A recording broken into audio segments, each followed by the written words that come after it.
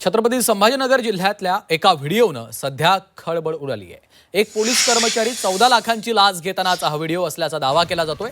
संभाजीनगरच्या लेणी परिसरात सुरू असलेल्या अवैध उत्खननावर कारवाई करू नये यासाठी एका पोलीस निरीक्षकानं आपल्या रायटरच्या माध्यमातून लाच घेतल्याचा आरोपही केला जातोय। या व्हिडिओमध्ये एक व्यक्ती 14 लाख रुपये मोजून घेताना दिसतोय। ही व्यक्ती पोलीस कर्मचारी आहे असाही दावा केला जातोय। या प्रकरणात व्हिडिओमध्ये दिसणाऱ्या पोलीस कर्मचाऱ्याला निलंबित करण्यात आलेला आहे, तर संबंधित पोलीस निरीक्षकाची पोलीस मुख्यालयामध्ये बदली करण्यात आली आहे।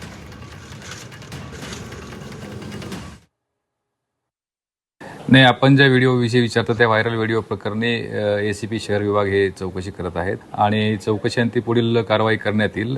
प्राथमिक पातळीवर याच्यामध्ये संबंधित कर्मचारी यांना निलंबित करण्यात आलेलं आहे आणि संबंधित पोलीस निरीक्षक यांची सुद्धा बदली करण्यात आलेली आहे आणि याच्यामध्ये सखोल चौकशीअंती पुढील कारवाई करण्यात येईल। 50 नाही, एक करा. तुम्ही ऐका, तुम्ही माझं ऐकत होता, आता तुम्ही ऐका ना. 15 ऐका ना. एवढं ऐका फक्त ध्यानात ठेवा. आता 13.5 लाख रुपये होते. आता ऐका तुम्ही, आता तुम्ही गायकवाड साहेब माझा ऐका.